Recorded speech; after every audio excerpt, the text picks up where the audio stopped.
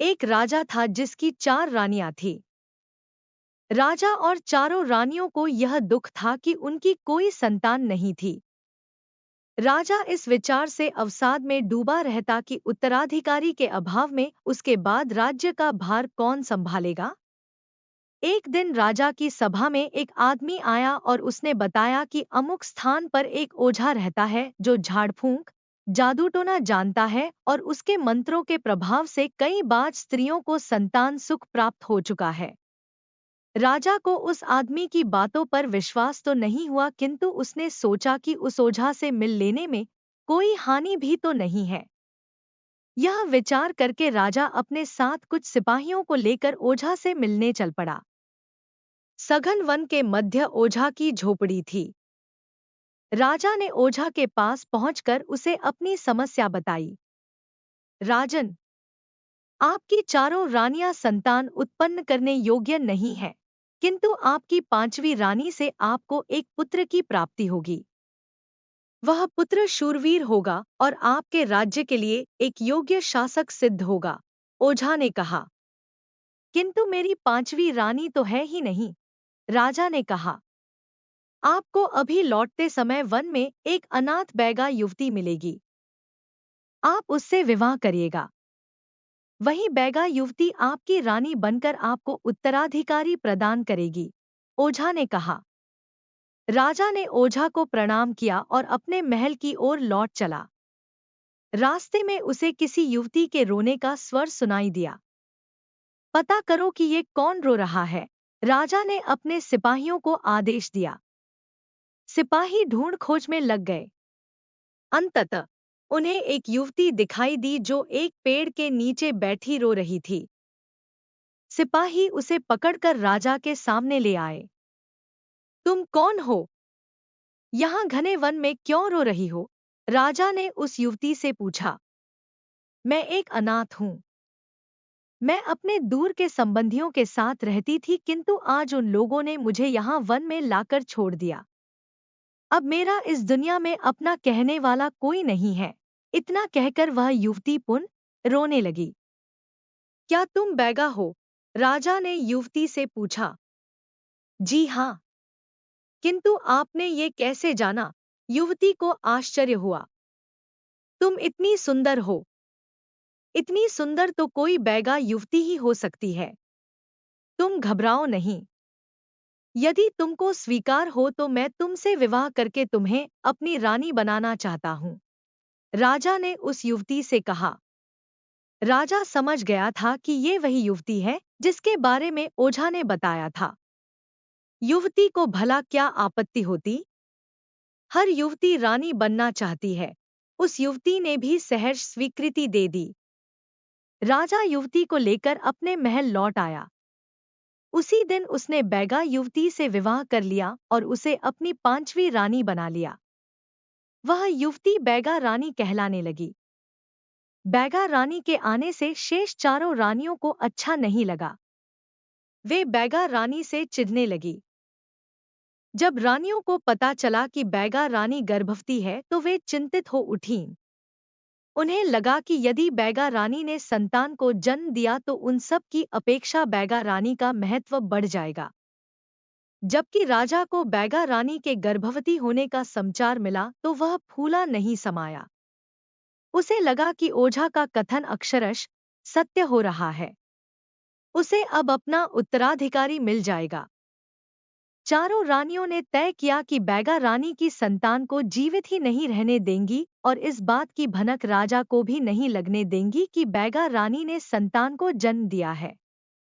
षड्यंत्र रचकर चारों रानियां बैगा रानी की देखभाल का नाटक करने लगी। संतान के जन्म का समय आया तो पहली रानी राजा के पास पहुंची। महाराज, अब वो शुभ घड़ी आ गई है जब इस राज्य को भावी राजा मिलेगा। ऐसे शुभ अवसर पर आपको महल से बाहर जाकर दीन दुखियों को दान दक्षिणा देनी चाहिए, पहली रानी ने कहा। तुम ठीक कहती हो। राजा को अपनी पहली रानी की बात उचित लगी। उसने अपने सेवकों को बुलाया और दान दक्षिणा देने महल से बाहर चला गया। चारों रानियां यही तो चाहती थी। कि बैगा रानी जब संतान को जन्म दे उस समय राजा महल में न रहे। राजा के जाने के बाद दूसरी रानी बैगा रानी के पास पहुंची।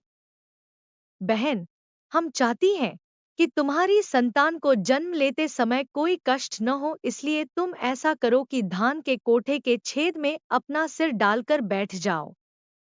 इससे तुम्हारी संतान स्वस्थ रहेगी। दूसरी रानी ने बैगा रानी से कहा। बैगा रानी थी भोली और फिर भला कौन सी माँ ऐसी होगी जो अपनी संतान का भला न चाहेगी। बैगा रानी ने दूसरी रानी की बात मान ली और धान के कोठे के छेद में अपना सिर डालकर बैठ गई। जैसे ही बैगा रानी बैठी वैसे ही उसकी कोख में हलचल हुई और संतान का जन्म हो गया। तीसरी रानी पहले से ही तैयार खड़ी थी। उसने बैगा रानी की संतान को, जो कि एक सुंदर पुत्र था, उठाकर चौथी रानी को सौंप दिया और पुत्र के स्थान पर एक गोल पत्थर रख दिया। चौथी रानी ने बैगा रानी के पुत्र को अपनी दासी को दिया कि वह उसे ले जाकर वन में भूमि में गाड़ आए। दासी के जाते ही चारों रानियों ने बैगा रानी का सिर धान के कोठे से निकाला और विलाप करने लगी कि बैगा रानी ने तो पुत्र को नहीं बल्कि पत्थर को जन्म दिया है। तत्काल राजा को बुलवा लिया। राजा ने पुत्र के स्थान पर पत्थर देखा तो वह आग बबूला हो उठा।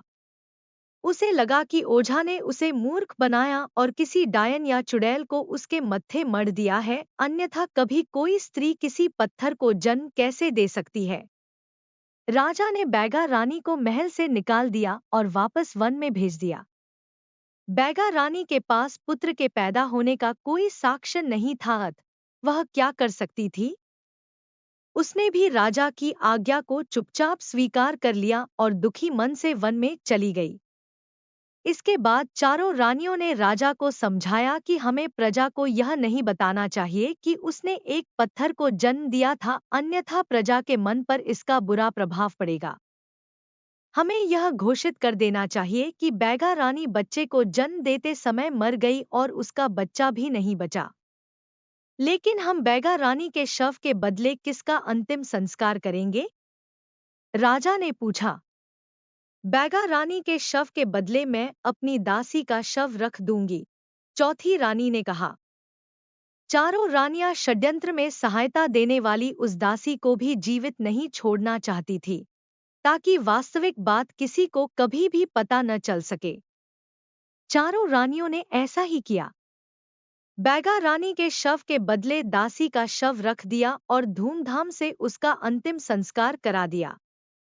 उधर जब दासी बैगा रानी के पुत्र को भूमि में गाड़ रही थी तो उसका यह कृत्य एक शेरनी ने देख लिया था। दासी के जाने के बाद शेरनी ने भूमि से बैगा रानी के पुत्र को निकाला और अपने साथ अपनी गुफा में ले गई।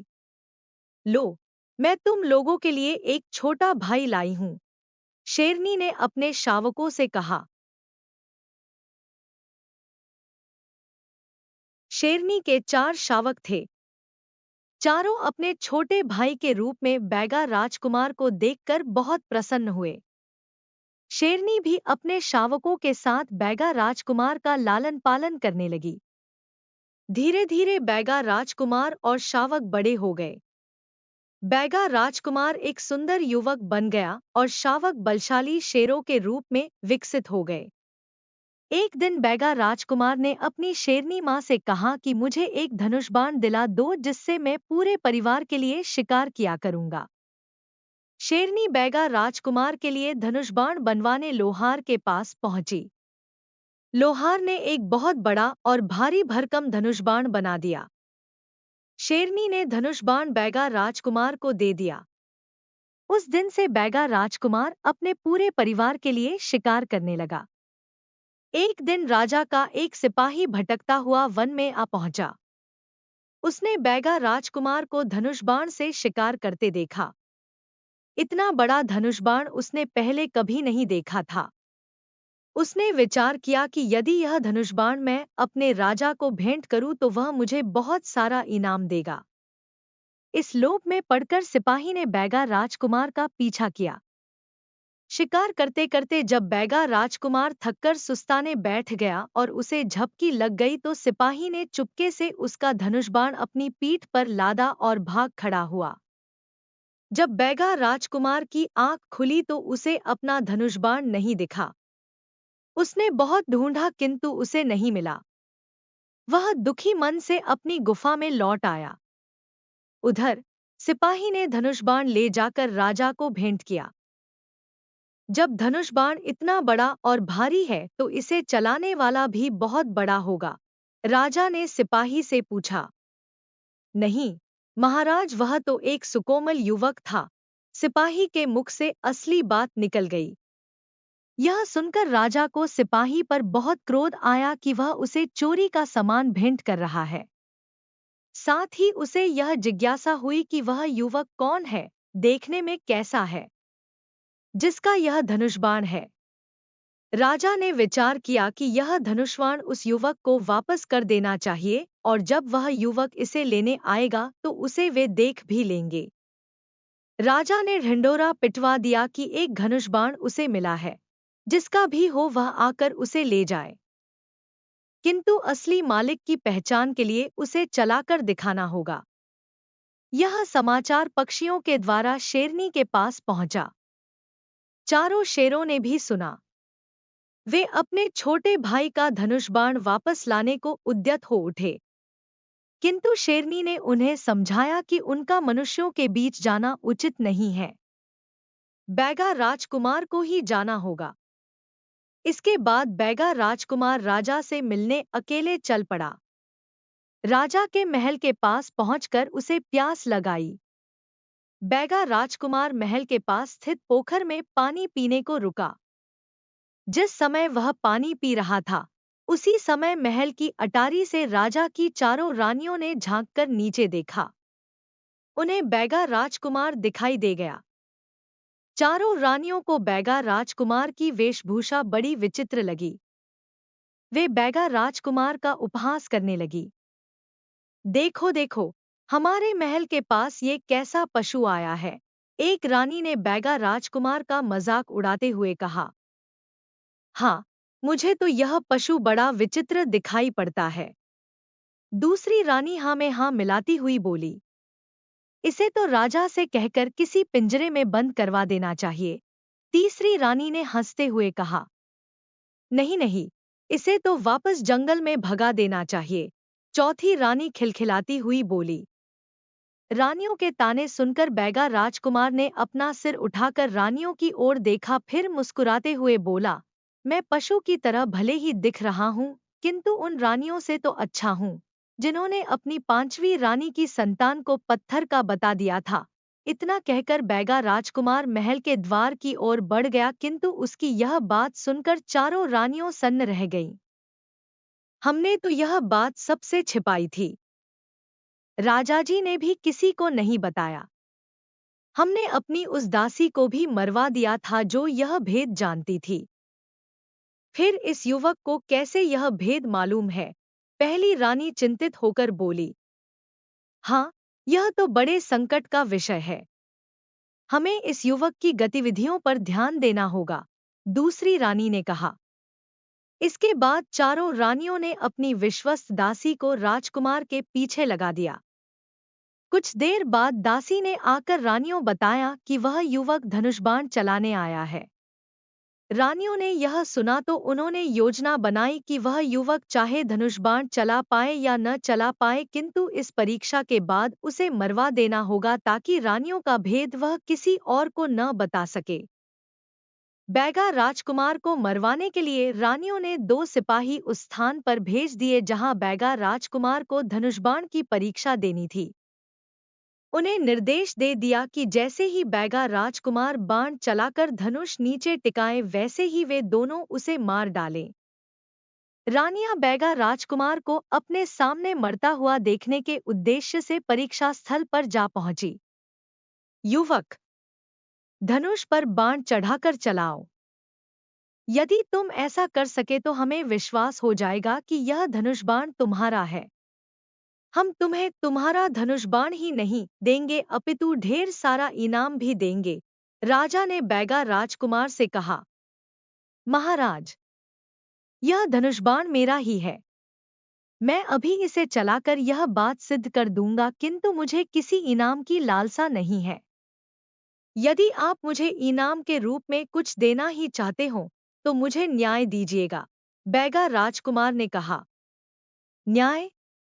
यह कैसा इनाम मांग रहे हो युवक? राजा ने चकित होकर कहा, पहले आप मेरा धनुष बाण चलाना देख ले, फिर मैं अपनी बात स्पष्ट कर दूंगा। बैगा राजकुमार ने कहा और धनुष पर बाण चढ़ाकर प्रत्यंचा खींचकर बाण चला दिया।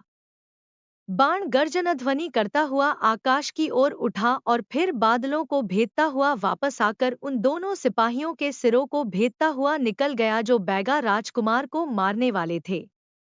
यह दृश्य देखकर चारों रानियां डर गईं, जबकि राजा बैगा राजकुमार का कौशल देखकर अभिभूत हो उठा। मांगो युवक, जो भी मांगना चाहते हो वह मांगो, राजा ने बैगा राजकुमार से कहा। महाराज, मुझे अपनी माँ के लिए न्याय चाहिए, बैगा राजकुमार ने कहा। न्याय अवश्य मिलेगा युवक। तुम्हारी माँ कहाँ है? मैं स्वयं उस माता का सम्मान करना चाहूंगा जिसने तुम जैसी वीर संतान को जन्म दिया, राजा ने कहा। महाराज, यही तो न्याय और अन्याय की बात है कि मेरी माँ ने मुझे जन्म दिया, किंतु आपकी चारों रानियों ने आपसे यह कह दिया कि मेरी माँ ने एक पत्थर को जन्म दिया है, बैगा राजकुमार ने कहा। क्या? राजा ने चकित होकर रानियों की ओर देखा। रानियां समझ गई कि अब उनका भेद छिपा नहीं रह सकता है। उसी समय शेरनी अपने शेर पुत्रों के साथ वहां आ गई और उन्होंने रानियों को घेर लिया। भय से थरथर कांपती रानियों ने राजा के सामने सच्चाई उगल दी। राजा ने अपनी चारों रानियों की करतूत के बारे में सुना तो वह अवाक रह गया। इन चारों रानियों के सिर मुंडाकर इन्हें हमारे राज्य से बाहर निकाल दो, राजा ने सिपाहियों को आदेश दिया। सिपाहियों ने रानियों को बंदी बना लिया और उनके सिर मोड़कर उन्हें राज्य से बाहर कराए। इसके बाद राजा ने अपनी पांचवी रानी अर्थात बैगा राजकुमार की मां की खोज में सिपाही दौड़ा दिए। दूसरे दिन पांचवी रानी एक घने जंगल में मिल गई जहां वह झोपड़ी बनाकर रह रही थी। पुत्र, मैंने अपनी रानियों के बहकावे में आकर तुम्हारी मां के साथ घोर अन्याय किया। अतः एक अन्यायी राजा को राजा बने रहने का कोई अधिकार नहीं है। आज से मैं तुम्हें राजा घोषित करता हूँ, राजा ने बैगा राजकुमार को अपनी राज सिंहासन सौंपते हुए कहा। इस प्रकार बैगा राजकुमार बैगा राजा बन गया। एक दिन बैगा राजा ने पूछा कि यह सच्चाई उसे कैसे पता चली थी। इस पर बैगा राजा ने बताया कि यह बात उसे उसकी शेरनी माँ ने बताई थी, किंतु यह भी समझाया था कि उचित समय आने पर ही मैं इस बात को प्रकट करूं जिससे आपको विश्वास हो सके। यह सुनकर राजा बहुत प्रसन्न हुआ। उसने शेरनी और उसके पुत्रों को धन्यवाद दिया। बैगा राजा ने भी अपनी शेरनी माँ और शेर भाइयों की सुरक्षा के लिए उस जंगल में शिकार करने की मनाही करा दी जहां वे लोग रहते थे। इसके बाद बैगा राजा न्यायपूर्वक राज्य करने लगा।